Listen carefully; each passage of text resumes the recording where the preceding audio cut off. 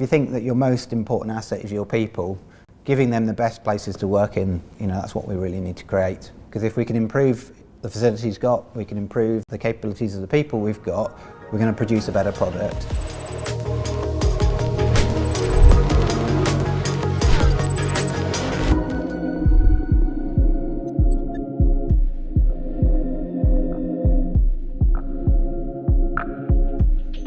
The plans that have been recently communicated are just the next phase of a large programme that's been running now for at least 4 years. And when they're done, we'll end up with facilities that are truly world-class.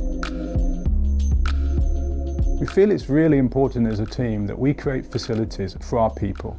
Our people are our most important asset, and having facilities where they can come to work and they're really proud to be there ultimately leads to performance. The work that we've done already over the last 4 years has focused mainly on the manufacturing and design areas. We've completely redeveloped the machine shop, the composite, the build areas, and a lot of the offices. Our focus now moves to some of the outside areas. So we're going to build a brand new building to house a gym, a restaurant, and general well-being centre. And at the front of the site, we're going to build another new building, which will house marketing, finance, commercial, and create something that's truly impressive when you drive onto the site.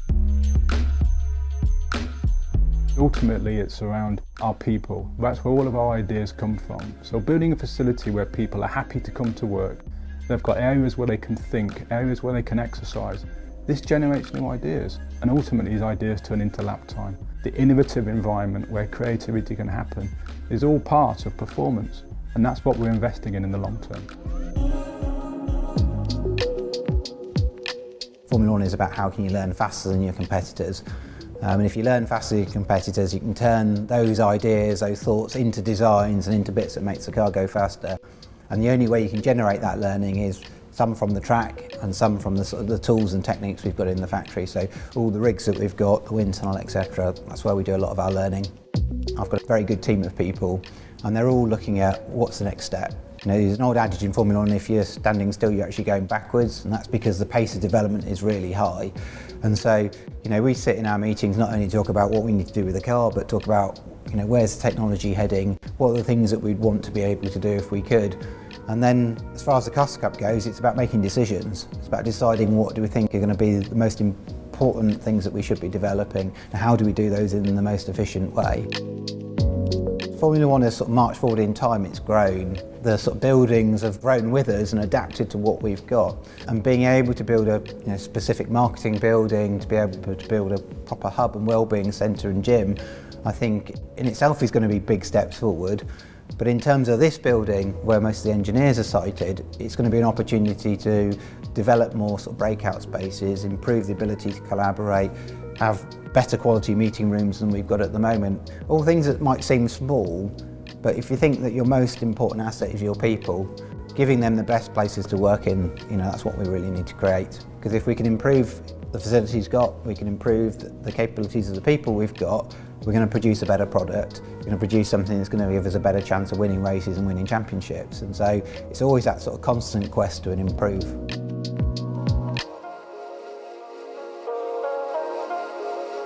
Sustainability is important to the team because we've already seen the impacts of climate change globally, and we have this really exciting opportunity. We sit at this intersection of sport and technology, so we can provide really exciting races every other weekend, but we can also have the brain power to adopt solutions that can really make a change. A lot of what we do needs to consider our whole footprint. So trackside, we're looking to reduce the impact of our freight, logistics and people transport, and that's where we've developed our sustainable fuel strategy.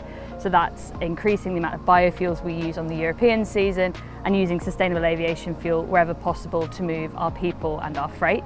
And then here at the factory, where we can't always touch on some of those logistics items, it's about bringing sustainability to everybody here and allowing it to be part of their day-to-day. So the new campus developments are really important for the team's sustainability ambitions to become the world's most sustainable professional sports team. We're going to be able to not only reduce our emissions, but we're also going to be able to reduce our resource consumption, which is critical as we move forward. So we're looking at reducing water consumption per day per person by about 50%, and increasing the amount of waste we can recycle on site up to 60%. And it will also have a great opportunity to improve biodiversity across the site. The 2 new buildings that we're designing will be net zero in operation, and they'll also be backed by 100% renewable energy, both on-site and off-site. On-site generation is really important because it will allow us to have our own secure renewable supply of solar panels powering some of the site activities.